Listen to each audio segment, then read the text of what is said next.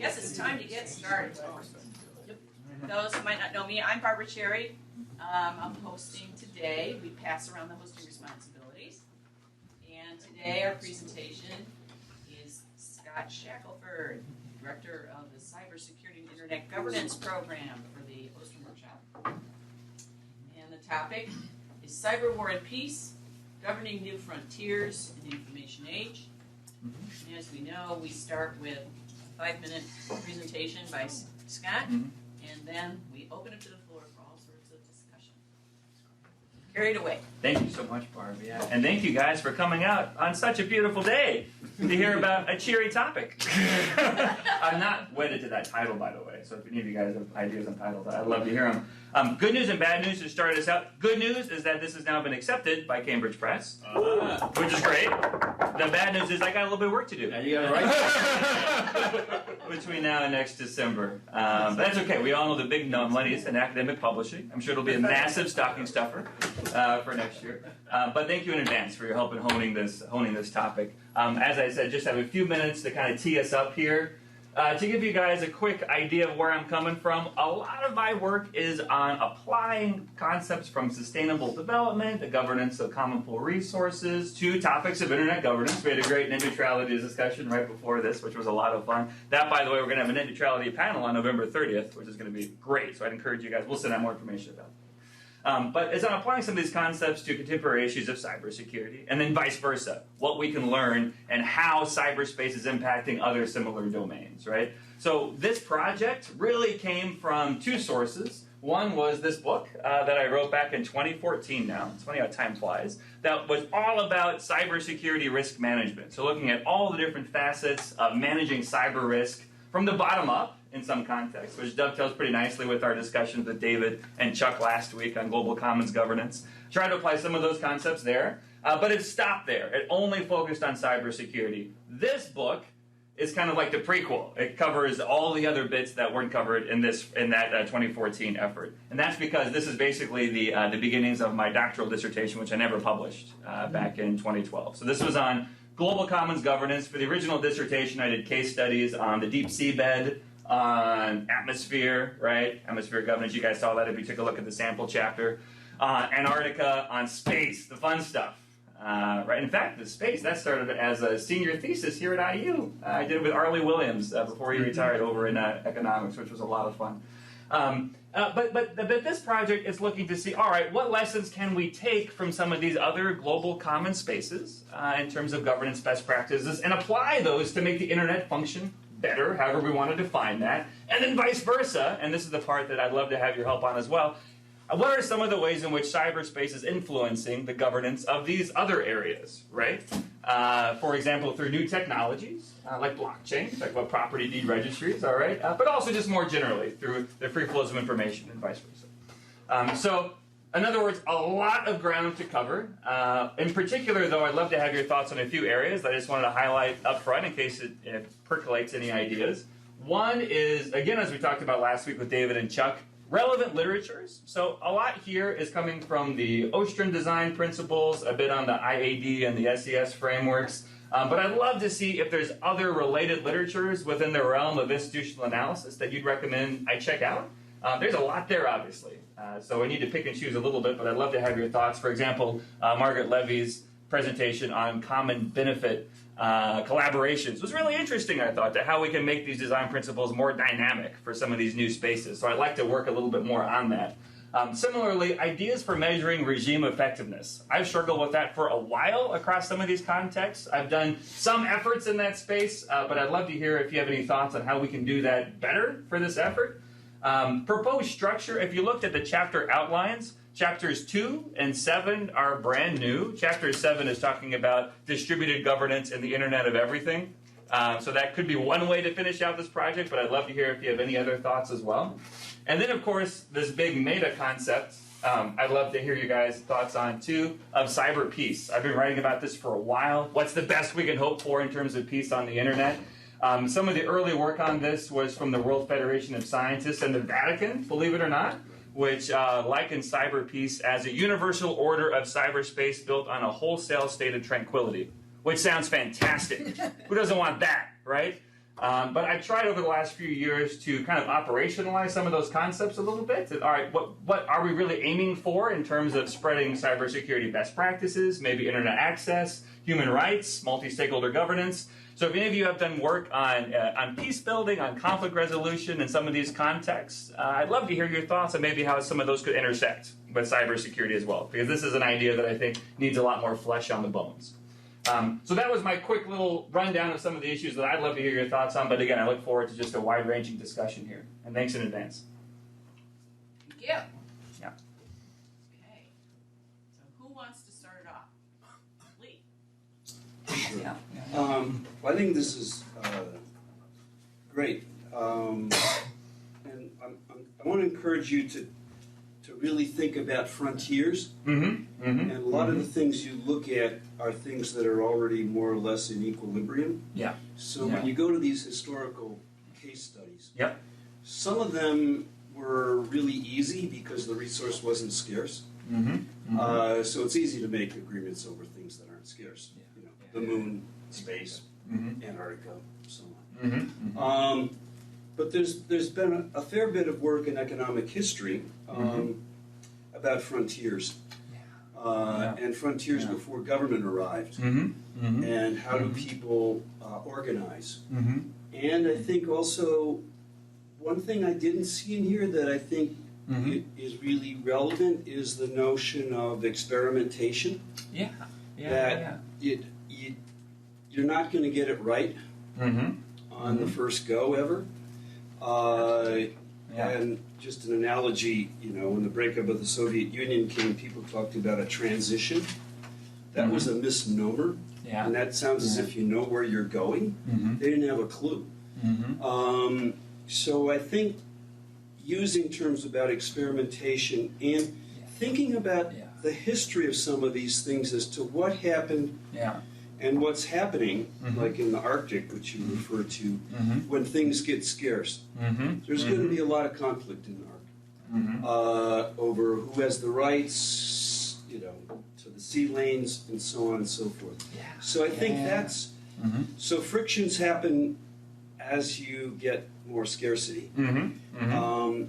But I think frontiers, experimentation, and there's a whole literature in economic history. And it dovetails with a lot of the work of, say, Lynn in particular, on issues of property rights. So who has the rights to resources, but, you know, first in the absence of government, and then when government may or may not codify, and when, you know, and then you develop norms, which are, I think, very different than institutions as the rules. So I think there's a lot that can be done, but I guess the notion of exploring these historical case studies as frontiers, and at what point did they get conflict because of resource scarcity, and how did they solve that? And was it, you know, who were the players, and was it a government agency, was it the players themselves, and so forth. So that's really helpful. I can give you some. Oh no, that's great. That's great. I didn't even think about some of those connections. I did an article a few years ago called "Neither Magic Bullet Nor a Lost Cause: Land Titling and the Wealth of Nations," which kind of went through some of those historical analogies. So that makes me think I should look back at that and maybe tease out some of those in terms of the governance of frontiers for this purpose. That's really helpful.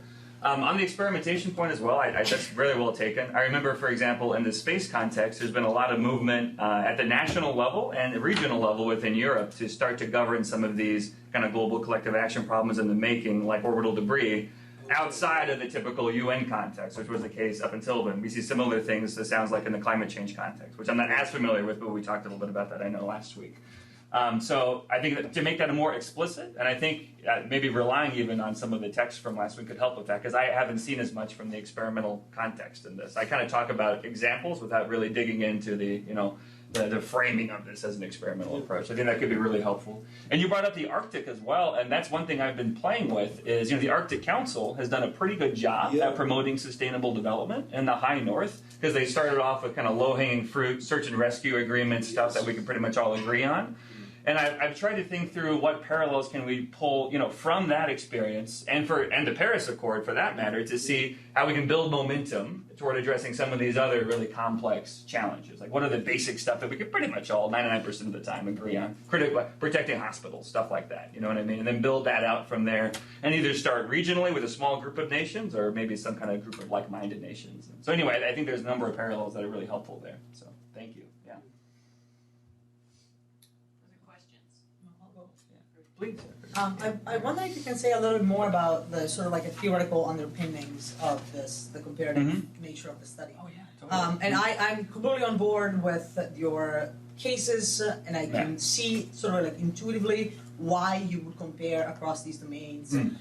It makes a lot of sense. But then at some point, and this is on page 3 of the book proposal, you mentioned that there is something peculiar about cyberspace, say cyberspace, within the sort of like a theoretical frame of the Ostrom's polycentric governance like framework. And I wonder if you can say a little bit more about that, particularly because that seems to me, it seems to me that like I would like to hear a little bit more about why you would compare these particular resources and what would be the obstacles to such an obvious comparison beyond the fact that it's big and we don't really know how to deal with that. Yeah, no, exactly. Well, yeah, absolutely. Thank you for raising that. It's a really good point. So for a couple of reasons. One, because a lot of national governments around the world still refer to the global commons as including cyberspace. For example, the Department of Defense, up until last year, was still referencing cyberspace along with all these other areas in terms of securing access to the global commons, and that being a key mission of the Department of Defense. But I think the way that it actually works is a bit more muddled than that. So for example, former Secretary of State Hillary Clinton talks about cyberspace as a global networked commons in her remarks on internet freedom at the Newseum, I think back in 2011, right? But then we have folks like, Joe Nye, talking about it as an imperfect commons or a pseudo-commons in some way. That term comes out. And others, plenty of lawyers, plenty of policymakers, just see it as an extension of national territory. Because as you saw in the prospectus, right, it's absolutely clear that companies in most cases own these fiber optic cables, own these networks, and they're falling under the jurisdiction of countries, even submarine cables, even satellites, right? So what's the international bit? What's the global commons bit? That's beyond that. And that's where where it gets interesting, at least for me, at least conceptually interesting, because there are maybe some elements to this knowledge commons concept that we all know a little bit about, right? That's in play here. And I think that's what Secretary Clinton was getting at with her remarks as well. But fundamentally, it's also pretty different from some of these other areas. This is an artificial construct that can be expanded to get around problems of scarcity, for example. So some of the same problems that we see, collective action problems, arise here, but in a different way. And we have different tools to address them, in part as a result. So that's one reason that, first and foremost in the doctoral dissertation, I did not have cyberspace as a case study because it was too sticky and I didn't feel confident tackling it back then. Plus, it was just getting too bloated anyway, so that's why it ended up being a separate book. But now that we're starting to see, for example, the U.S. government and its last iteration of our national cybersecurity strategy, it doesn't talk about cyberspace as being part of the global commons anymore, right? So I think we're starting to see a reframing of this in policy circles as well. So I'm kind of interested to have the academic literature and the policy literature kind of merge a bit more together here and see what the implications of that are going to be then in terms of governing some of these issues. Yeah. Can I just please? Oh, please. Yeah. So, but this becomes like even more interesting in terms of like the design of your book. Yeah. Because the sort of like a basic payoff here, it seems to me, and correct me if I'm wrong, is that we're going to learn something by conjoining the way that we think about cyberspace and other global commons, or however you want to talk about these other. And so, if these areas are fundamentally distinct, then the comparative nature of the enterprise becomes like more complicated on the one hand, but also perhaps you're just simply saying that this is calling for inquiry in the way that we think about it theoretically and practically. Oh yeah. But I would like to sort of like unpack like how is it really that you're going about this? Yeah. So a lot of the way that we approach, regulate new frontiers, new spaces is by looking to analogies. So historically, we have looked to analogies, in this case, the global commons, to help at least put the first step forward into kind of this new space. So for example, there was this effort called the Talon Manual, Talon 2.0. So this is the effort to apply international law to cyber attacks. The first one was all law of armed wars, the law of armed conflict, laws of war stuff. The second one was everything else. So the everything else one did this just a few months ago, in part. So for example, they tried to apply space law to the problem of cyber attacks. So this enterprise isn't a new one, but what I'm trying to do in this book is there's never been a really solid, that I've seen, effort to really think through, all right, if this is not a traditional global commons, what does that mean in terms of regulatory responses and kind of governance best practices? And worst practices, because some of these domains are not being managed all that well.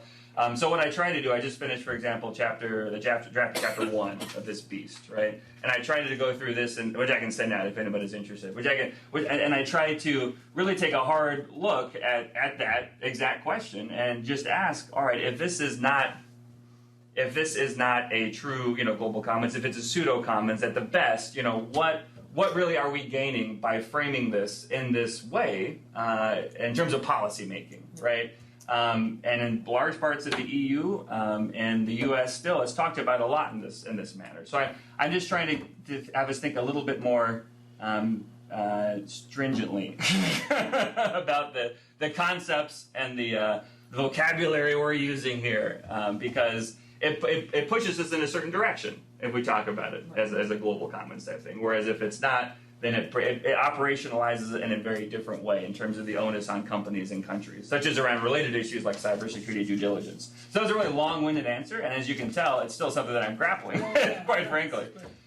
Because the way that this, for what it's worth, this proposal was initially proposed to the publisher, I didn't have cyber as a huge piece of it. I got a lot of pushback that they really wanted cyber. I'm the cyber guy now, right? So they want cybersecurity first and foremost. So part of it is just trying to square the circle a little bit and trying to bring in some of these insights as well. And to make it topical and addressing some related issues like Internet of Things, to my mind, is one, and blockchain, which is like this distributed ledger technology. If you've heard of Bitcoin, this is the technology that makes Bitcoin possible. That's been playing out in all kinds of domains as a way to improve trust among people who don't know each other better. So there's a lot of interesting stuff around trust and governance here that I think could be applicable to some of these issues. I'm just trying to figure out, what's there and what's a bridge too far right now. Because there's only so many. I already negotiated for a higher word limit for this thing, but eventually we're going to get some pushback. So I got to start cutting somewhere. So apologies for running on too long there, but no, that's really helpful. Oh, okay, that's a question. Please, please, yeah.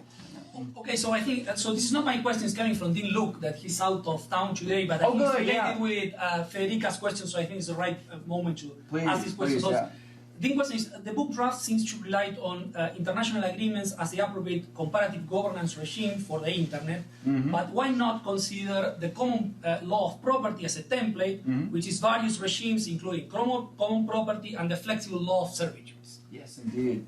And in chapter 1, and that probably didn't come out clear enough in the prospectus, I go through common property and some of the other ideas of how to regulate this thing, talking about where they come together and where they fall apart a little bit as applied to some of this stuff. So, yeah, I mean, it's not just international agreements. As you can see from the text, the idea here is a polycentric approach to dealing with some of these challenges. So it's not just, what can we do from the top, either in small groups or a really big tent UN approach to dealing with these challenges, but what can each governance scale manage toward this common end? So I don't want to just ignore the international law side, as you guys saw in the sample chapter, but at the same time, there are concepts from the law that can be applicable. We got to be a little careful in how we apply them. There's work, for example, on creating tragedies of the anti-commons, with applying some of these property rights a bit too stringently. So it's a really interesting point of tension that I try to tease out a little bit there. But again, as you can see, there's just so many intersecting points here that I'm trying to think through what is going to be the most helpful, analogy ultimately at the end of the day. For example, if we don't want to go this route, So.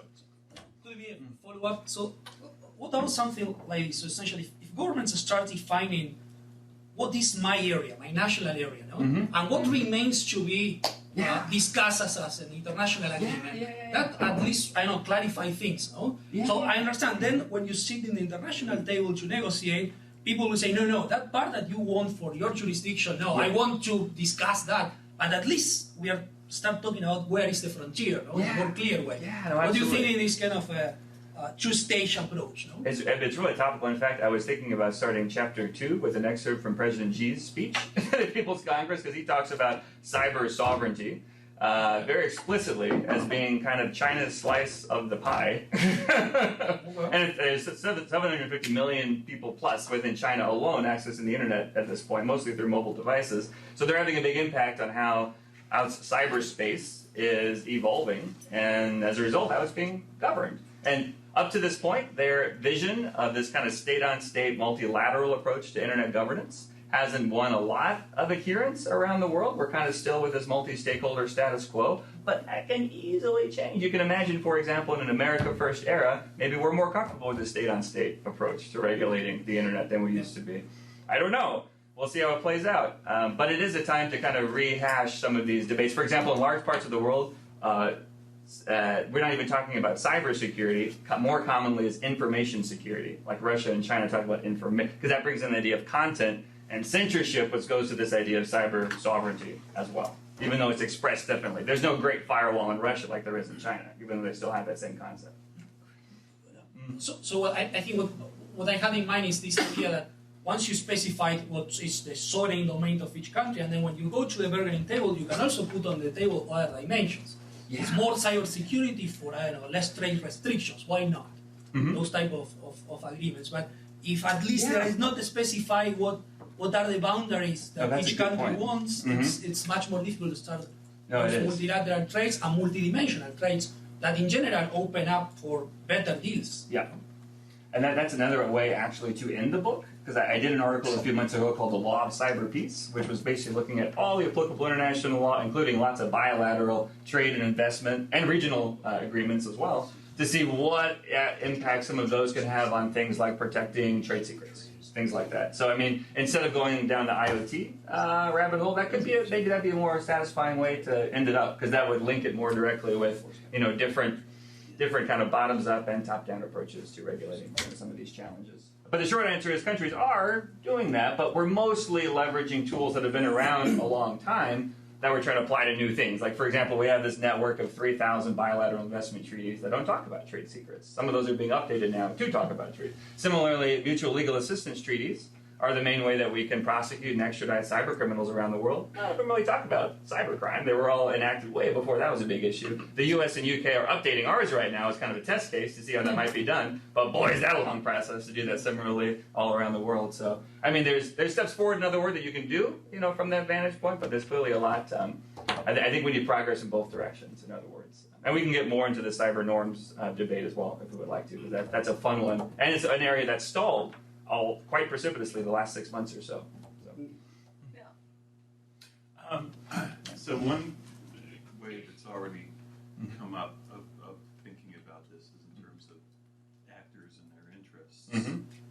An additional way is to think about what is the nature of the good here, as we might say in the IoT framework. And so I wanted to get, for my own clarification, your sense of what this is when we say this is like a common pool resource, or this is like, is the this cyberspace, which it's hard for me to imagine crowding, or is the this cybersecurity, where I can imagine sort of degradation of the good happening, or is the this like transmission, like bandwidth, where you could get crowding? Oh, totally. Yeah. So as you think about cyber in different manifestations, does it walk across the domain of sort of goods by which we would then analogize and think about institutions? And since this is a new area for me, I'm interested in your thoughts. You've been thinking about this stuff for years. I had a lot of fun with that in chapter 1.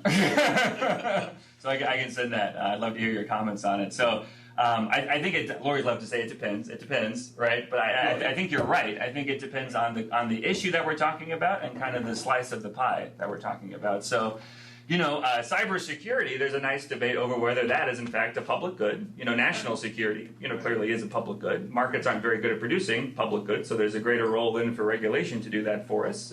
What's different about cybersecurity, the national security, right?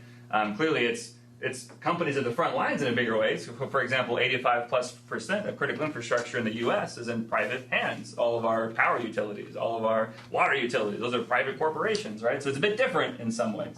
But I do talk about the public good and club good debates a little bit, because depending on if you're talking about maybe communities coming together to have different norms, different codes of conduct to help boost, cybersecurity awareness or cyber hygiene, some call it, that can be helpful. And some group, Twitter, for example, there's different codes of conduct that these platforms have created that can have a role in this, and those are clubs in a way, right? So I mean, it depends on the issue that we're kind of referencing. First and foremost, this is mostly concerned with just how can we do a better job at mitigating cyber risk, right? And most of my interest in mitigating cyber risk is kind of like the worst case scenario stuff, basically attacking and debilitating critical infrastructure, and then the slow bleed over trade secrets theft. So how can we do a better job of managing those problems, at least as a starting point? So that's where I try to at least narrow the universe a little bit in chapter 1. But there's still very active debates, for example, over whether or not there's a market failure for cybersecurity and stuff like that. I deal with that a little bit more in the first book that I mentioned back in 2014, but it might be fun to kind of update it since then, because there has been, after a long time, the logjam was broken in 2015. We now have another bill and for a Cybersecurity Act then, and some more bills are pending now around some related concepts like active defense, which could be fun to dig into. That's the hack back debate for the uninitiated. Let me just follow on real quick. And another good, if you will, that we want, I think we want to promote and preserve, is the openness itself. And so in addition to thinking about openness as a characteristic of governance regimes, I want to think about openness as an outcome, if you will. And so when you think about how do we assess regime effectiveness, good point. Maybe part of it, regime effectiveness, is just keeping the governance structure as open as multi-stakeholder. There's this sort of second order problem in physical, natural resource commons of sort of constructing the rules in such a way that you not only allocate the resource, but you keep the foxes out of the hen house. You keep the folks who have intent to degrade the resource from taking over the governance structure of the resource. And I don't know if that has any applicability in the world of cyber risk, but it certainly does in internet governance. Space, and that there's governmental and non-governmental actors. It's global in scale. But I suspect there are some actors who have more,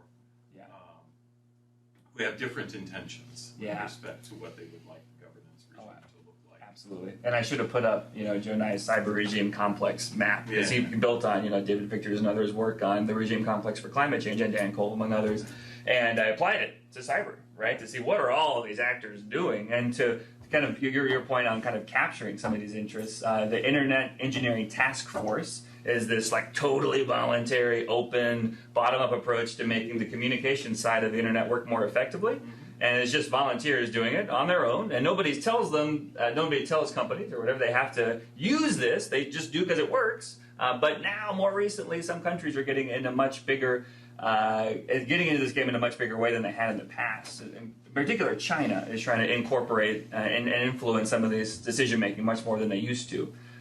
So, in other words, what we relied on in the past in terms of multi-stakeholder internet governance is now, under stress. In the same way, we could argue that maybe other interesting regimes, like even the Antarctic treaty system, is under stress in some of these ways. So, at this juncture, please, the prerogative go ahead. of the host. Go ahead, I just think it might be helpful to interject the following. It just so happened right before the colloquium today that Julian Malin, Matt Pierce, and I from the media school were meeting with Scott about the next event, the joint event that's going to be held on November 30th, and it's on the subject of net neutrality, and what we're specifically talking about is the interface of net neutrality, for example, with the subject of his book.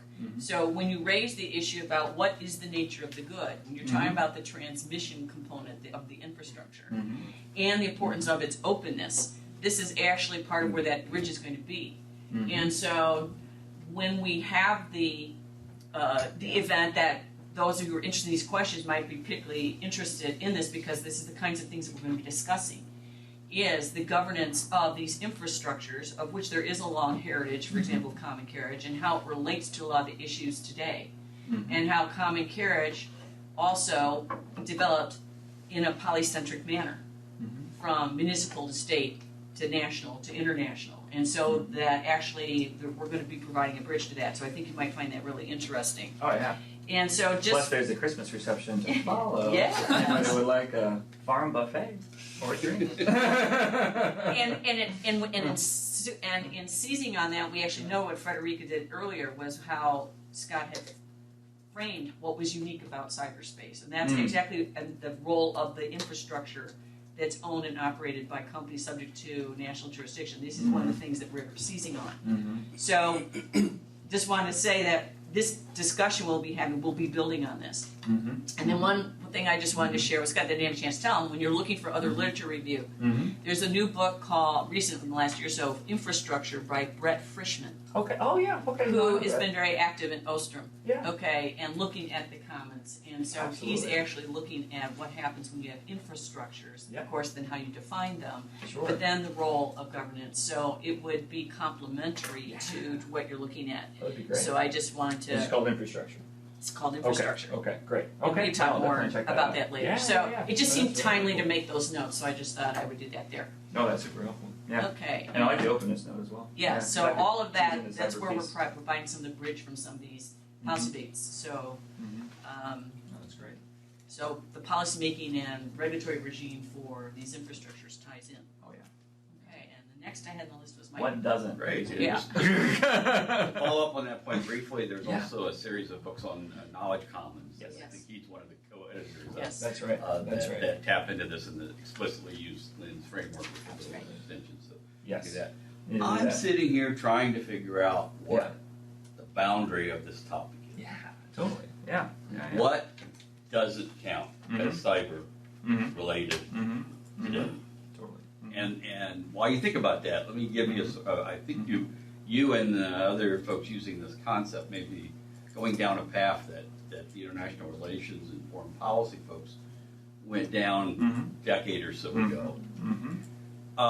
That has really kind of gone to kind of a now what do we do kind of setting. It used to be a very traditional separation of national security issues from domestic policy issues, kinds of things, sort of separate as things, focused on wars, what nations do to each other, national security, armies, military, kind of those kind of natural sort of definition.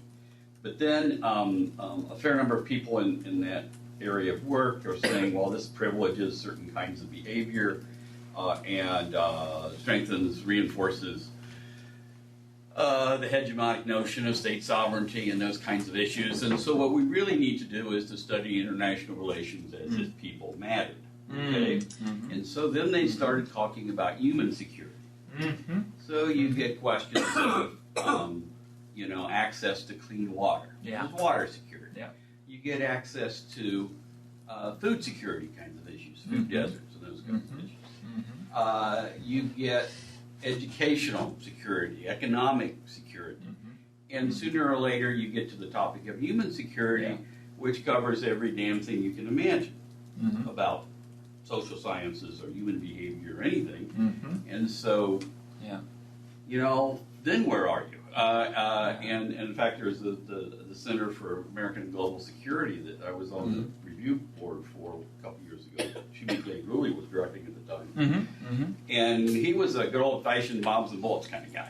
He does national security, and so it was quite clear to him. He was getting a lot of pressure to sort of move into human security, but then it would be sort of a center on everything. So how is this topic not a book on everything in the contemporary world? So or is that great what you're question. trying to do? Yeah, well, indeed. This is the last word. So once this is out, we're all done. We did it. Cambridge's last book. 800-year run, and It's That's a shame they end this way. A few very good points there. So let's see. So yeah, I mean, first and foremost, the term cyberspaces, I think we've danced around a little bit. I mean, it came, for what it's worth, from a sci-fi novel, back in the 80s, called Neuromancer. And even the prefix, this magic prefix that we all use all the time, cyber, it just means governor. It's Greek, right? So we're talking about governing this space. So what interests me the most is how we govern this space in certain areas that are of particular interest to kind of long-standing international security topics. What do I mean by that? So for purposes of this book, what I mean by that is, issues that we've been dealing with really since the 60s. For example, when we talk about space weaponization and orbital debris, even longer, of course, for all the law of the sea stuff. Antarctic Treaty, of course, being the first arms control treaty of the Cold War, right? For these issues that we've dealt with for a while now, what is it from how we've been dealing with these internet governance topics so far, including the rise of multi-stakeholder governance in this context? What can we learn from that as dealing with some of these other global collective action problems more effectively? It can't be about everything. You're absolutely right. And so what I've tried to do, as I mentioned, was just to deal with some of the thorniest issues, like critical infrastructure protection and like the trade secrets theft, and to see what new technologies that are particular hot topics, like blockchain, that's being kind of bandied about as this panacea that's going to solve all of our ills. What will it in this context, but also can it help us generate better governance practices, more trust along some of these other arenas. So because it's so broad, it's tough. I've tried to narrow the universe kind of in that way so far. I think that's still going to be too broad, frankly, at the end of the day. So for example, chapter 1 that I just finished, as I mentioned, is kind of the big, here, let's all the key terms, let's get all that stuff out of the way. Chapter 2 now is moving on to managing cyber attacks as global collective action problems, and I've just started writing that one, and I've actually been grappling with how to narrow it most effectively. Because traditionally how we do this is we have these pre-existing law and policy silos. We have cyber war, terrorism, cyber crime, cyber espionage. Which is how we deal with, other areas. We have these pre-existing categories, so we just shoehorn cyber in front of them, and that doesn't help us all that much because of issues of overlap, attribution, yada, yada, yada. So I try to move then toward this more bottoms-up approach to addressing some of these more thorny topics. But I think it might make the most sense to, for one, be explicit, of course, about the thorny topics that I'm most interested in, but also to think about maybe just picking one, frankly. Like, for example, the reason that the most recent round of cyber norm negotiations broke down is because nations couldn't agree on what was critical and for critical infrastructure, right?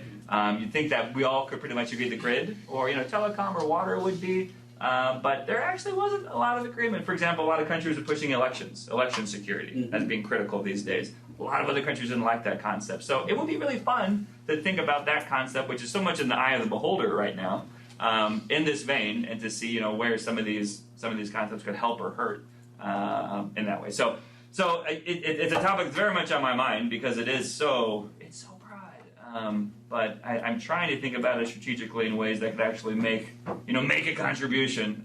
There are not that many books out there on kind of global commons governance, especially with the focus on cybersecurity. So I'm trying to, a certain extent, update the literature a little bit because it's been more than a decade since the last effort that I could find anyway, but also to kind of show how some of the trend lines we've seen in the last few years and some of the governance arrangements like the Paris Accord and some of those approaches, like these national pledge systems, could apply to some of these other thorny topics as well. So I think it is going to be too much. But that's how I've started it anyway.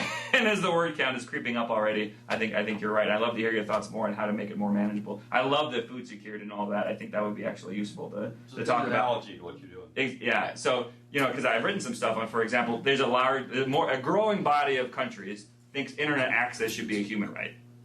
Similar to the food security debate, right? And similarly, cybersecurity should be a human right? So, it'd be interesting to parallel that with how some of these other related areas like water security, foods, how they developed and what lessons we can take, from that. So we don't go down those same rabbit holes again. I like that. Yeah. Sorry. Yeah. Some of the issues in the cyberspace agreements or coordinations are similar to trade agreements.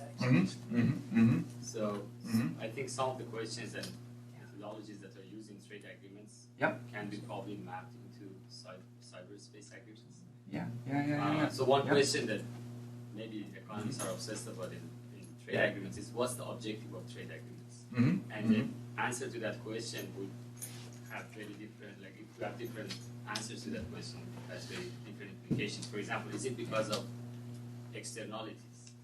That government policies have some externalities on other countries. So the type of agreement that you have in that situation is very different from the situations where the reason that you need the agreement is coordination.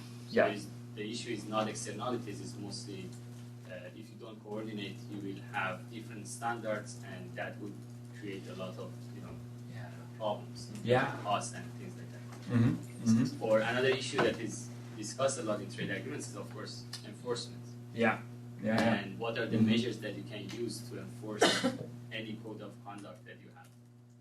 And and then the issue between the government to government relationships or government to foreign companies relationships. All of this, I think, can be mapped basically between the two. And Totally. So I was wondering, especially about enforcement.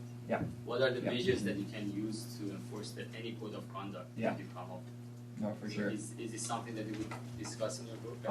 And I think this is an argument in favor of maybe instead of going down IoT in a big way, doing this law of cyberpeace angle at the end of it to talk about how all these related regimes, including trade and investment regimes, could be applied to some of these same topics. I did an article called "Using Bits to Protect Bytes," using bilateral investment treaties to protect bytes and trade secrets, where we looked into some of that stuff. It was pretty light on WTO stuff though, because of the national security exception and otherwise. But we can talk more about that. But I think that would be a helpful way to go down.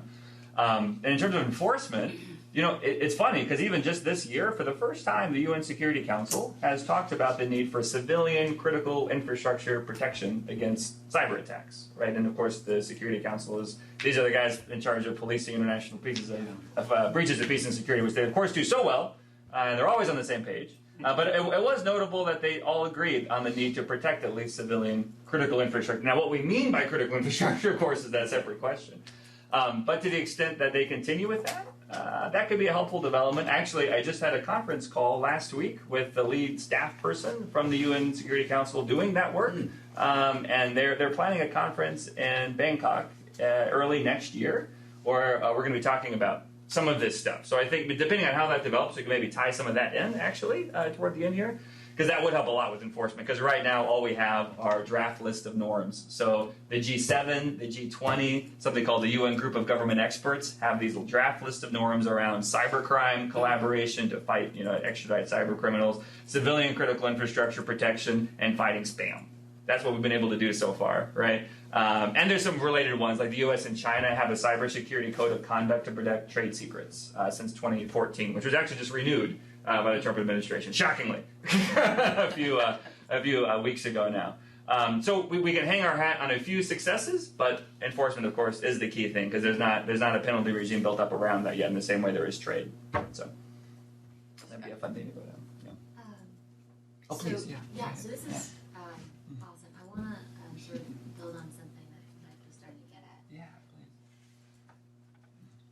Who are exactly the actors here?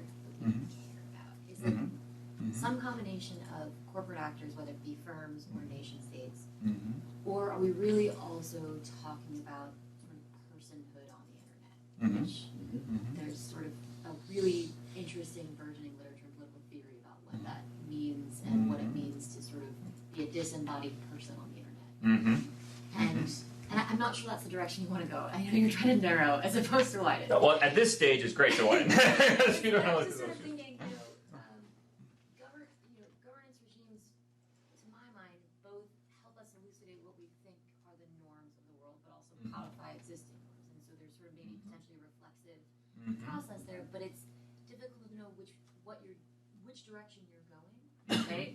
If you're not sure who the actors exactly are that you want to speak to, right? So I just wanted to see if this was relevant to the way you're thinking about it, or if you've already sort of, this is like out in left field. But I'm just curious, who are the relevant actors here that could actually participate in a sort of cyber version of trade agreements, right? right? Are they actually, are we still talking about nation states on the internet? Or are we really trying to move beyond that given the nature of cyberspace? Oh yeah. And that was something I grappled with a lot back in the 2014 book as well. And if you look at, for example, Joe Nye's regime complex map, it is everybody and their mother. Like, there is just an alphabet soup of agencies, hundreds of them doing different aspects of internet governance. So at a kind of the highest level, it is a gigantic tent, kind of the biggest tent we could imagine. And we're all in it, too. This kind of goes back to the human rights, debate. I mean, we are all in it.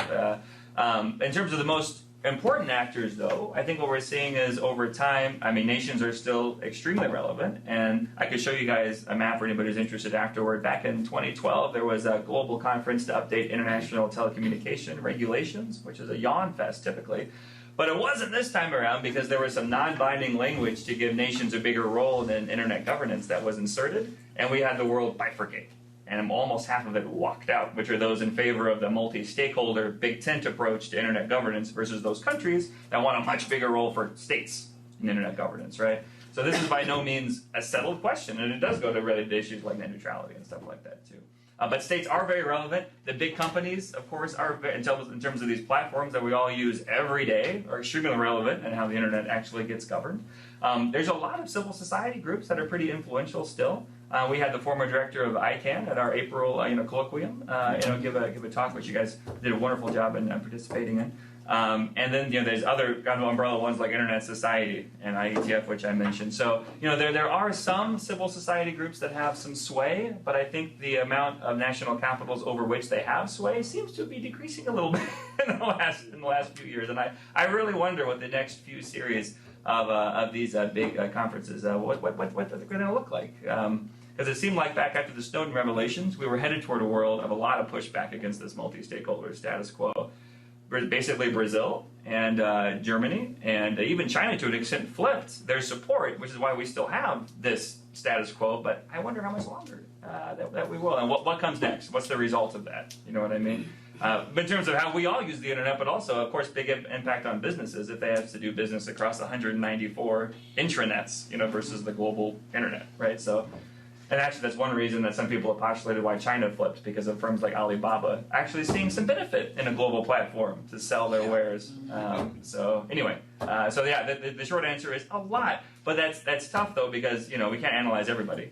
So the ones I just kind of pulled out to my mind are the most influential actors, and there's a list of cyber powers that kind of ebb and flow over the years in terms of the actors that are most powerful online. Historically, the UK, US, Germany have been the top nations in terms of our cyber power.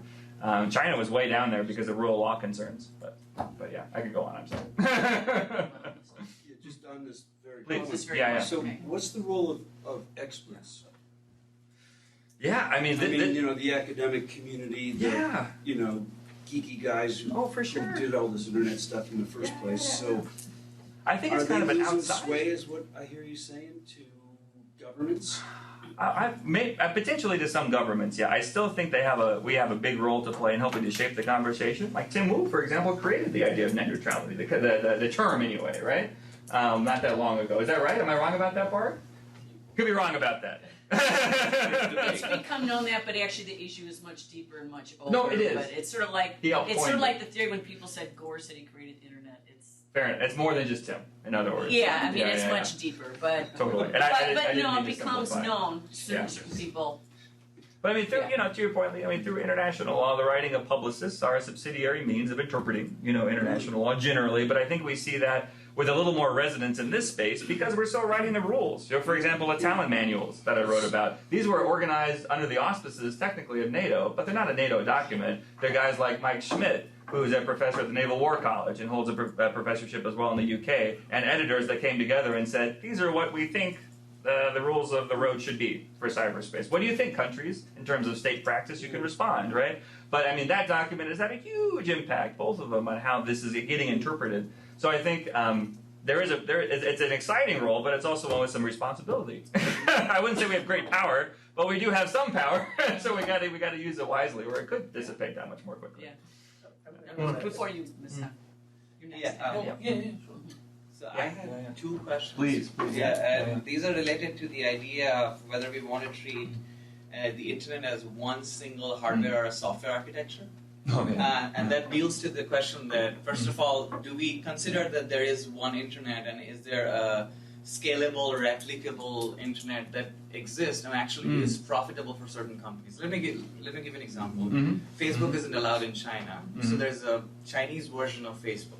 Right? Very successful. There's a Chinese version of YouTube as well. So in some weird way, it's kind of creating a market that would not exist if it was basically like an open-ended policy or something like that. The other thing is, because of the simple fact that you brought up that private sectors actually own 85% of the critical infrastructure, they also know more than those who are actually regulating this infrastructure. So the problem now becomes, if I don't understand the technology that a private company is actually creating, can I regulate someone whose technology I have no control or idea what it is about? So it kind of gets to this question of like, is there a single internet to begin with? Sure. Or is it dependent on whether or not I have this software and hardware clusters?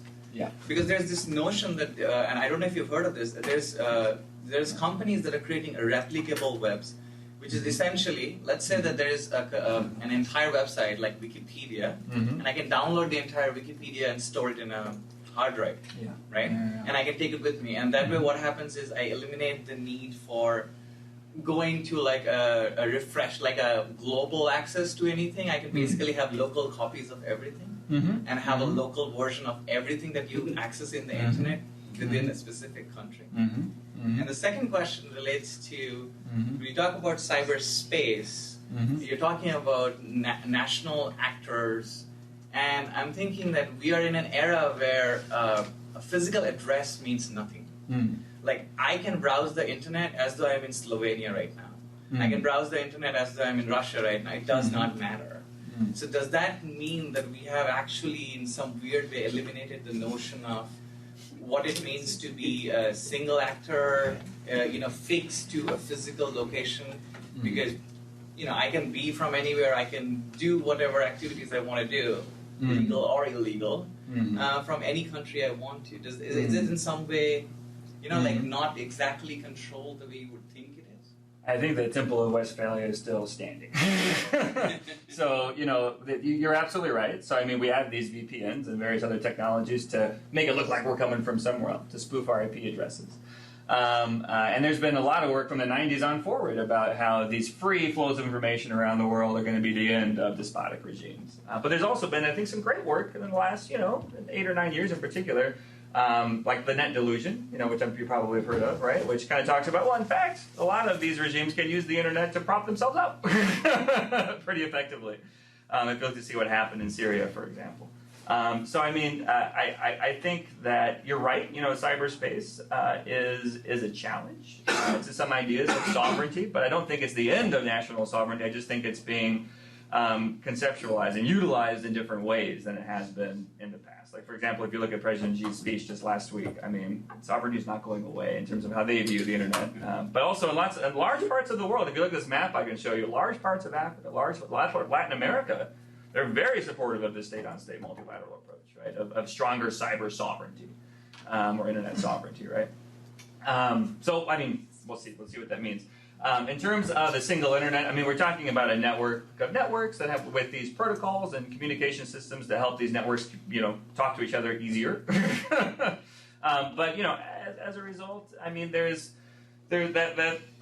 that creates interesting governance challenges, to say the least, which is why I'm so interested, in this topic to begin with. Because you focused entirely and very heavily on TCP/IP, and those are not the only protocols. Oh no, there's a ton of them. For computers to actually communicate. Oh, no. There's a holy ton of them, and this is the problem I'm running into on the theoretical and conceptual side as well as the technological side.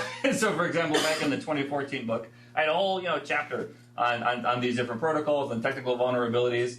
So what I'm trying to do is necessarily not kind of repeat some of the analysis that I've already done, but to try to push us in some new directions, but also not to simplify it too much either. So it's kind of a fine line. It's kind of a tough thing. And I'd love to hear more of your thoughts, especially as more of the chapters, get done, to see, what we do need some more background on. If nothing else, more footnotes, things like that. Can always do more of those, right? But yeah, I mean, it's a really interesting time to be writing about this because there's so many fun, case studies on the public and private sector sides. And as you mentioned, I mean, this is an interesting case study in public-private, regulation and how that works and how it doesn't work. I've done a lot of work on the NIST cybersecurity framework, for example, over the last few years to see how that's helping to conceptualize a standard of care, a standard of due diligence in this space here in the U.S., but now 25 countries are replicating versions of it.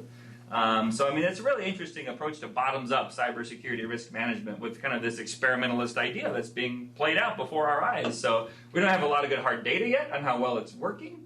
There's obviously a lot of challenges with that. But as, for example, we have the EU is moving very aggressively to this new regime where we're going to be reporting cyber attacks. There'll be more comprehensive privacy regulations under the General Data Privacy Regulation. So there'll be some, I think, more data coming in. So I don't know if it would be in time for this book or the book after that, but I think it's a topic that I'm not going to lose interest in, at least. That's for sure.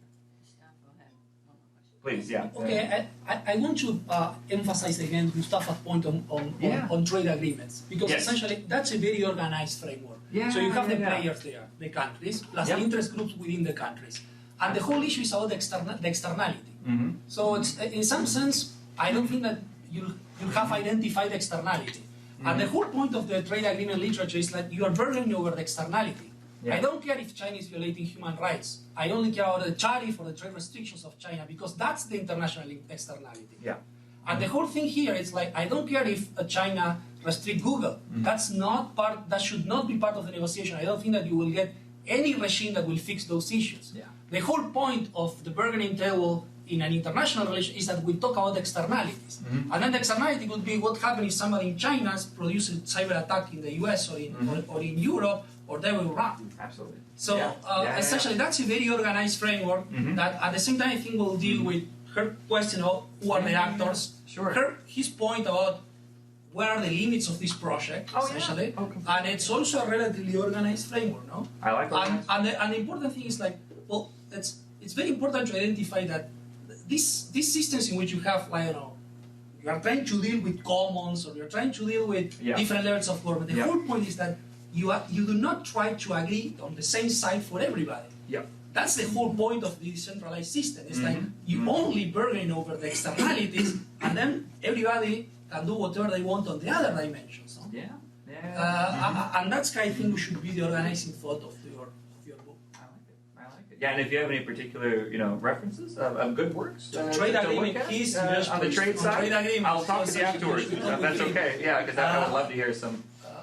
Because it's an area that I'm interested in, but I've never done like a deep enough dive to really I think it's very important, and the whole emphasis on that literature and trade agreement is like it doesn't matter. For example, I can have very different political regimes, very different economic policy, high taxes, low taxes. That's not what we are discussing on the trade agreements. We are just trying to fix an externality. I am trying to exercise my monopoly power with tariff. You are trying to do that, and we end up in an equilibrium that is bad for us. We're trying to figure out the better equilibrium. That's all what we are doing. And it works essentially because we are not trying to put other things on the table. Everybody can keep doing what they want in other dimensions. I think we should approach this more or less the same way. I like it. It kind of brings us back to some of the market failure discussions we just had as well. Exactly.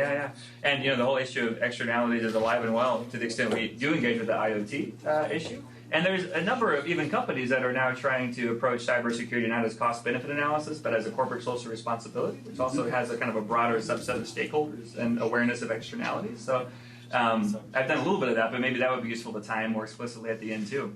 Thank you. Thank you so much. And on top of that, you have a political economy part of that, which is essentially how the interest groups play within the countries and how that's changed when you start bargaining with another country, which again, you can also use the framework that is coming from trade agreement, which I think is.